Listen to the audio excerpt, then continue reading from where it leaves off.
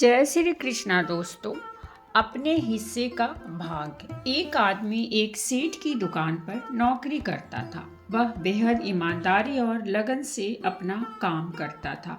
उसके काम से सेठ बहुत प्रसन्न था और सेठ द्वारा मिलने वाली तनख्वाह से उस आदमी का गुजारा आराम से हो जाता था।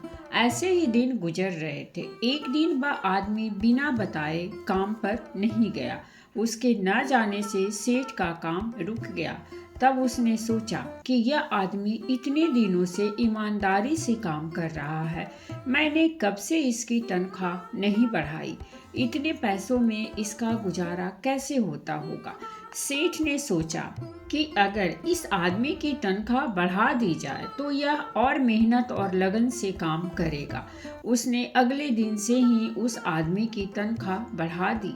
उस आदमी को जब 1 तारीख को बढ़े हुए पैसे मिले तो वह हैरान रह गया, लेकिन वह बोला कुछ नहीं और चुपचाप पैसे रख लिए और धीरे धीरे बात आई गई हो गई।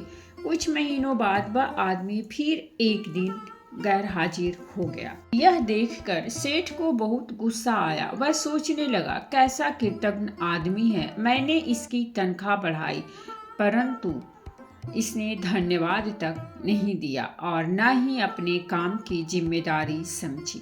इसकी तनख्वाह बढ़ाने का क्या फायदा हुआ, यह नहीं सुधरेगा।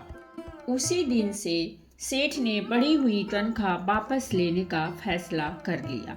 अगली 1 तारीख को उस आदमी को फिर से वही पुरानी तनख्वाह दी गई, लेकिन हैरानी यह कि इस बार भी वह आदमी चुप रहा। उसने सेठ से जरा भी शिकायत नहीं की।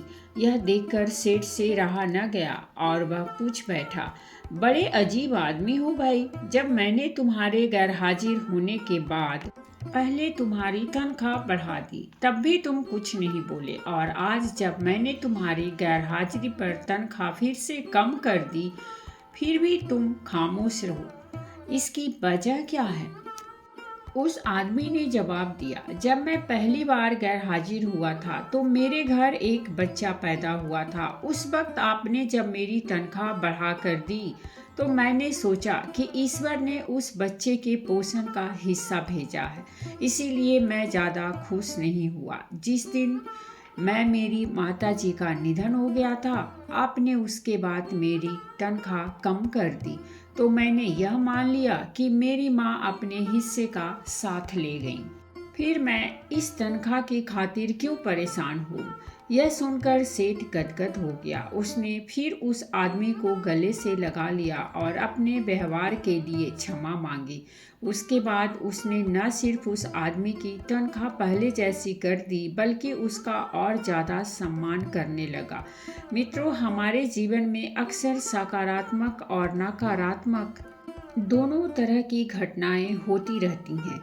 जो आदमी एक अच्छी घटना से खुश होकर अनावश्यक उछलता नहीं और नकारात्मक घटनाओं पर अनावश्यक दुख नहीं मनाता और हर दशा में अपनी सोच को सकारात्मक बनाए रखते हुए सच्ची लगन और ईमानदारी से कार्य करता है, वही आदमी जीवन में अस्थायी सफलता प्राप्त करता है। तो दोस्तों, ये थी हमारी आज की कहानी, और अगर कहानी अच्छी लगी हो तो प्लीज़ हमारे चैनल को सब्सक्राइब कीजिए, वीडियो को लाइक और शेयर ज़रूर कीजिए।